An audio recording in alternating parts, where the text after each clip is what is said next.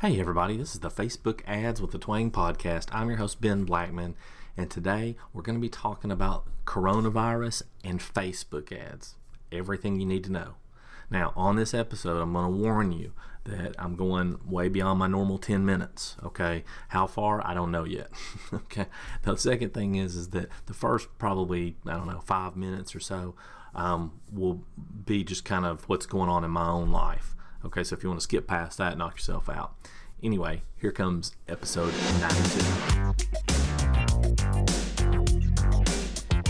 Facebook Ads with a Twang is dedicated to taking the often overcomplicated process of creating simple, successful Facebook ads, breaking them down step by step in less than 10 minutes at a time. Let's get started. Welcome everybody to episode 92. I hope you, your friends, your family, I hope everybody's okay. I especially hope their mental state is okay, because I know that this is, it's been just a little different for all of us, crazy. I mean, it's just, I don't know how to describe it other than that. And so I want to say, first of all, I appreciate people who've reached out to me and just kind of asked me how I'm doing and that kind of thing. That was really nice, and I want to say thank you, which I already have. For people who did, I've already replied back to everybody, I think. So thank you for asking. So how's it going over here? Well, the funny thing is, and I put this on my Facebook, I post, or I put and you guys probably may know, personally, I don't post that much. I don't. I think after being on Facebooks all day, there comes the twang. I think after being on Facebook all day long doing ads and stuff that, just doing personal posts, I'm kind of sick of it by that point. But anyway, so on the other day I posted that I just found out my normal lifestyle every day, every week, every month is also called quarantine. So really it's not much different from me other than the kids are home. So that's, kind of an interesting dynamic there. As for the kids, because a couple of y'all asked me about my kids. So last week was spring break, so nothing big there. This week it will be the first week without it being spring break. And Jace, my oldest son, who's 15, who just got his permit recently, I've just been trying to get him out and let him drive some. It's been, kind of nice because there's been less traffic on the roads, so that's kind of cool. I think I mentioned this before, but he's already a much better driver than I ever have been, so I'm really happy about that. He's learning, but already he's doing better than me, which I don't know how much that's saying, because my driving skills are not the best. My other son, Evan, and by the way, Jace is kind of a homebody, so he plays his Xbox and does those kinds of things, and that's kind of how I was when I was a kid too. But anyway, so it's not that he's kind of enjoying this. Evan, poor guy. Now, for those who don't know, Evan, my youngest son, he's 14. Well, he'll be 14 here in about a month and a half. But he is autistic, and he's mostly nonverbal. So in his situation, you can't really have a conversation with him, right? You can't really go back and forth. He won't look at you necessarily when you're talking, so you don't think he's paying attention and those kinds of things. So it can be frustrating, especially for people who don't know him. And so, it's just a different world for him. And so, but he's a happy guy most of the time. Okay, most of the time he's a happy guy. He's laughing, but he's bored right now. There's not a lot of things that interest him, so he's been kind of bored. So. I have some things I've been working on that I'm gonna try out with him this week, so that's good. Now, my own thoughts just about what's going on, just personally, is what had happened over last week, and not so much this week, but last week was in the morning time. I would have some fear over what's going on. I'm usually not a news person. I don't really like to watch the news much, just because I don't even know what to say about it. It's terrible. Our news, it's soul crushing. It's so bad, in my opinion. But it doesn't matter what news channel it is, it's bad. Anyway, so in the morning time, I've had some fear because I've watched some news stuff, and of course, what they're talking about is mostly negative. But by about 9 or 10 or something like that, then I would feel calm and peaceful and, kind of manage my thoughts. And then somewhere around 9 o'clock at night, I'd start to get that fear again a little bit. It's nothing crazy, just the normal, what I would think would be a normal kind of thought process about what's going on, the unknown. But I did want to share something really cool that's happened over the past, or a couple of weeks or so ago, and this is in regards to my son Evan. I've always had a lot of fear about what's going to happen to him after I pass away, right? And it's terrifying to think about. And so I was on a coaching call with Brooke Castillo. As many of you know, I'm enrolled in Self-Coaching Scholars. Not here to promote that at all. I'm just telling you what I'm doing. But Brooke is pretty amazing, and on some of the calls, I've been on there so long, I'm on certain calls. Anyway, she coached me, and I was telling her about this, and man, I was crying and carrying on and everything. And she said, well, what's your worst fear there? And I was like, well, he'll get locked in a room, and nobody will love him, and nobody will visit him, they'll abuse him or something. And she goes, yeah, that could happen. She said, which was very reassuring. But she said, so what's his life been like so far? And I said, well, so far it's been probably pretty good. I mean, I've been really lucky to have teachers and other people who just love him and really, take care of him and stuff like that. And she said, yeah, probably when you die, nobody will love him anymore. And I was like, okay, I get what you're saying, And what she went on to say was that, she said, as long as you're thinking about this, and she goes, you don't know what's going to happen. She goes, I don't know what's going to happen in the future. You just don't.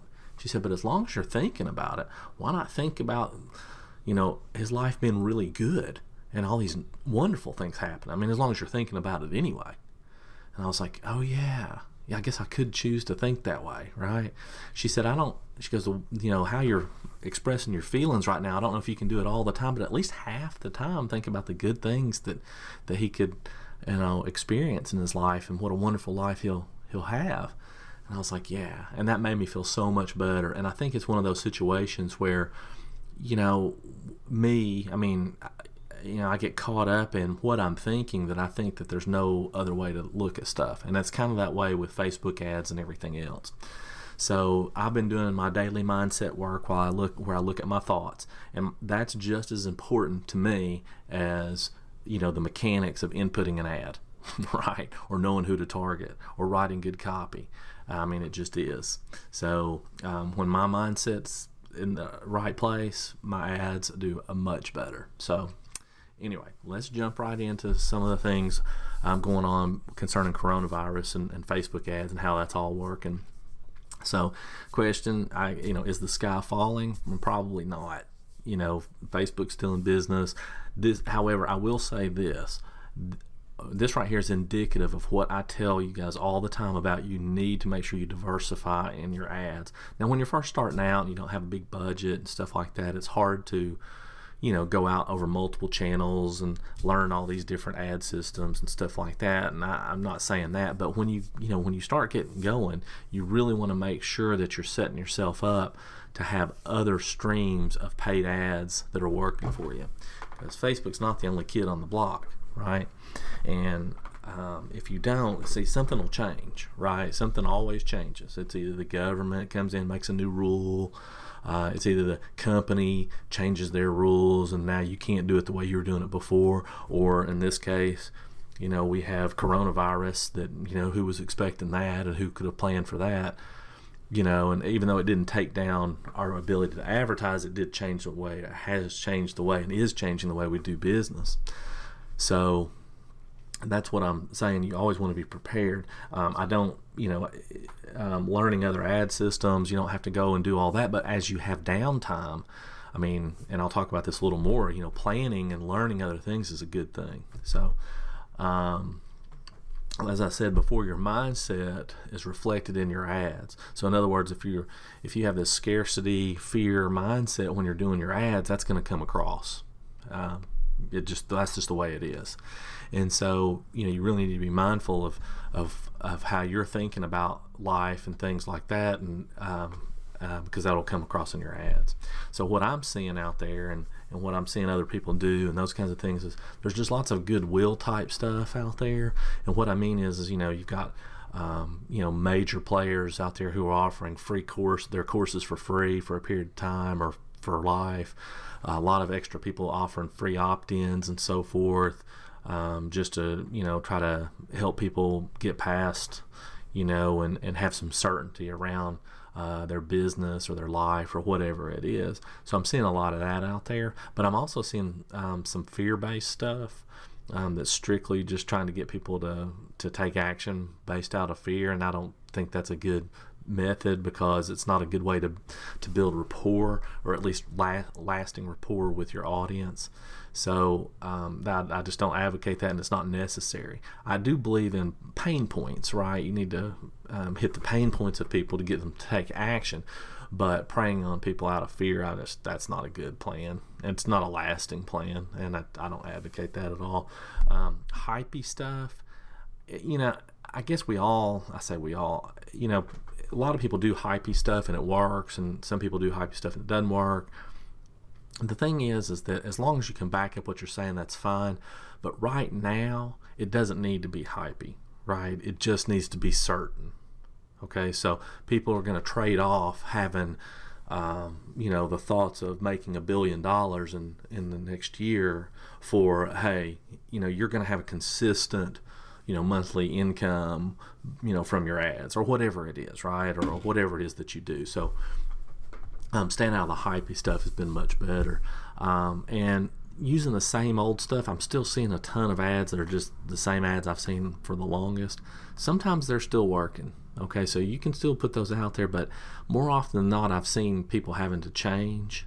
And this will be a day-by-day, week-by-week thing, right? So last week, I would have told you, the same old stuff isn't working as well. And this week, so far, what I'm seeing is it's working like it did before, if that makes sense. So you really just have to test those stuff out.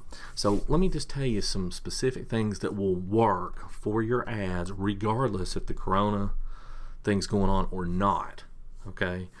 The first thing is always lead with unprecedented value. If you do that, you can't help but work. And what I mean by that is be willing to give away everything for free. I'm not saying you need to give away everything for free, but I just say be willing to do that. All right. Even if you give stuff away for free, even if you did, the people who love you will still want more. They'll want more interaction with you personally. They'll want more time with you. They'll want more other things that you're producing or selling. They just will. That's the way it goes. I always point out Dan Kennedy, which if you guys don't read Dan Kennedy, you probably should. He's arguably one of the best copywriters and marketers of all time. But I've been subscribing to his newsletter for 20 years, maybe. I don't know, a long time. And every newsletter pretty much says the same thing. And every month I'm just fascinated by it. It's just amazing, right? And so, that's kind of what I'm saying. People love you, they're going to keep coming back. Yeah, there's going to be people take advantage who won't, blah, blah, blah. That's always going to be there too, right? But if you're putting out really good stuff, you don't have to worry about that. So lead with unprecedented value. If you can put out something that's really going to help people, especially during this time of uncertainty, and give them some certainty, that's what you need to lead with. The second thing is, and I was talking about Dan Kennedy, is always be topical with your copy. And me personally, I have gotten away from this, and I don't know why. I don't know what happened that I got away from this. So right now, coronavirus is on everybody's mind, right? It just is. So you might as well call it out. Call it out in the ad copy, right? You don't have to use it from a fear-based standpoint at all, but it's okay to talk about it, because that's what people are thinking when they're scrolling through their news feed. Coronavirus is on their mind. They see you have coronavirus in the copy, and they're going to connect to it. What will most likely happen is you will get more clicks and less conversions, but the cost to get those clicks will also go down as well. Okay, that's okay. That's likely to happen. The other thing is it doesn't have to just be about Corona. It could be other things that are going on in the world, right? You could talk about things in pop culture that are going on that week, right? That people are talking about. So, maybe it's the Kardashians. I don't follow the Kardashians. I just know the name. But I'm just saying maybe that's it, right? Now, obviously, it needs to be something that your audience would pay attention to, or at least the bulk of them. So if the Kardashians isn't something, you wouldn't use them. But maybe it's the Cubs winning the World Series for the first time in a million years, or whatever it was, right? Whatever that is, you run ads and you can surround your copy with that. You can also do things like be more specific to your group or your targeting audience. Like, example for me is I would run ads, and I think I've mentioned this before. I would run ads, and I talked about going to a Bon Jovi concert, right? And so people in the group that I was targeting would understand what I was talking about and relate to that. Now, you're going to exclude a lot of people, right? I mean, there's going to be a lot of people who don't relate to that, so the rest of the copy still has to be compelling. Okay, so but I could narrow target that as well. And so the other thing I haven't done this, but I've been thinking about it, is doing everything that I learned about everything you need to know about marketing I learned from Dwight Schrute. Well, if you know The Office, right, and you can target The Office, right, but if you know the show The Office, then you're going to relate to that and probably laugh and read the rest of the copy. Okay, but if you don't, then you're not. However, the people who do are more likely to click because you related to them. And that's kind of what I'm talking about. I'm not saying you need to do it with every ad, because you do not. Okay, that's not what I'm saying at all. But I'm saying you need to mix stuff up like that in your ads and test them out. Because what's relevant in the world is relevant to your audience. And the more that you can build rapport with them in your ad, the more likely you are to get them to take the action that you want them to take. Okay, now, so let's just kind of talk about nitty gritty if you're going to use Corona in your copy, right? If you're going to mention that. So I'm an advocate of using more solemn pictures, less happy-go-lucky kind of looking pictures and stuff. Not sad, right? But just a more serious kind of look, because I think that's what these times call for, right? And I think the incongruency of having somebody laughing and smiling and not talking about coronavirus in the ad is probably not a good thing, and that's a mismatch. So I just got done this past week. We spent about, I think it's $4,000 or $5,000 on ads, and for a particular campaign. It was just for the week, for a monthly training. And the best converting one was the coronavirus copy that we used. Again, it wasn't a fear-mongering thing. We were just mentioning it. And it was a black and white picture of a more solemn kind of look, right? And that worked way better. Conversion rates on it were half. Conversion costs were half what they were with everything else and other images and other copy. So going to the same audiences. So something to think about there. The other thing is right now, spend more. So if you're at very thin margins, if you're at a very thin margin, I understand. Maybe you can't spend more. But if you're not at a thin margin, then now is a good time to spend more, because people are pulling back, right? They're pulling back their ad spend because they're in fear mode. So now's the time to spend more, right? You can also use dynamic ads, which dynamic ads allows Facebook to rotate different things to the same audience. So, you can rotate different images, different headlines, different copy. And I'll be glad to go over that in more detail. I can't do it right now, but using dynamic ads really helps you, get an idea of what's working out there. And that's what I did with what I was just talking about the campaign I ran last week, the new campaign. We had 3 different images, and I used dynamic ads to let Facebook rotate through them all. Okay, so it would show, the black and white image one time, and then one of the color ones another, and then another version of the color one, and so on. And so it rotated through all those for me. And then, now I know which one was the winner, right? And then the last thing is value-based ads. So right now, value is good. So giving away stuff. So even just running ads to a blog post that's extremely valuable, to a video that's extremely valuable, those are working really well right now. Okay, so I just kind of wanted to put those out there as an option that you can use So right now, I mean, whether we like it or not, there's a massive opportunity, okay, for people running ads and for whatever it is that you're selling or doing or whatever, because it's giving you a chance to really serve people in a much broader capacity and get in front of more people and express more goodwill. So don't skimp on that, right? Serve more people and do it well. Be willing to give more than you have.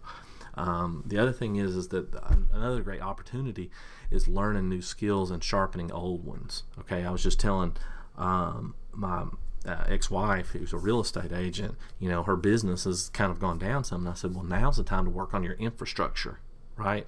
Work on all those things that you say you want to do, but you just don't have time to, because you're running around like a chicken with your head cut off trying to get everything done.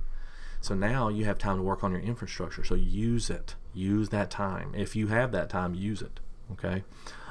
Pay attention to what's going on. Situational awareness. All right. Pay attention to what's going on in your news feed from an ad standpoint.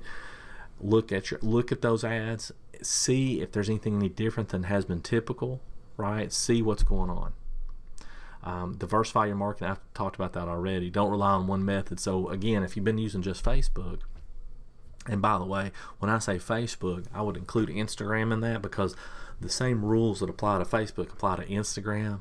So if something happens on one side, it's going to happen on the other, most likely, right? So if you're using Facebook, but your audience is also on Twitter, let's say, well, then learn Twitter ads, okay? And Twitter ads are amazing. You can't really cross compare them, because cost differences are there, right? Because Twitter costs are different than Facebook and so on. But learn them. Right? Learn Google Display Network. All right? Learn something else. As for me, just so you know, I'm trying to make myself more available. So if you have questions, that's okay. I mean, go ahead, message me directly or post it in the Facebook Ads with a Twain group, and I'll be glad to answer those for you. I'm trying to answer as many as I can. So give me a little leeway and a little extra time to get back to you, but I will answer them. Okay, and if it's something urgent, just send it over to me. We'll see. We'll take a look at it. The last thing I wanted to leave you with is I'm getting ready to do a 4-part Instagram ads series on the podcast. Okay, so the next 4 episodes after this one should be the 4-part series for Instagram ads, and I'm pretty excited about it, because I've just been, we've been really crushing it with Instagram ads recently, even before the coronavirus stuff, and now they're working even better for what we're doing, and so I just want to kind of share that with you and go over that. So that's it. I know, I talked a lot, and I don't know if any of it was helpful, but it kind of helped me, sometimes talking is therapy or whatever. So if you have anything, please let me know, and I would love to hear from you. And I'll see you guys on episode 93.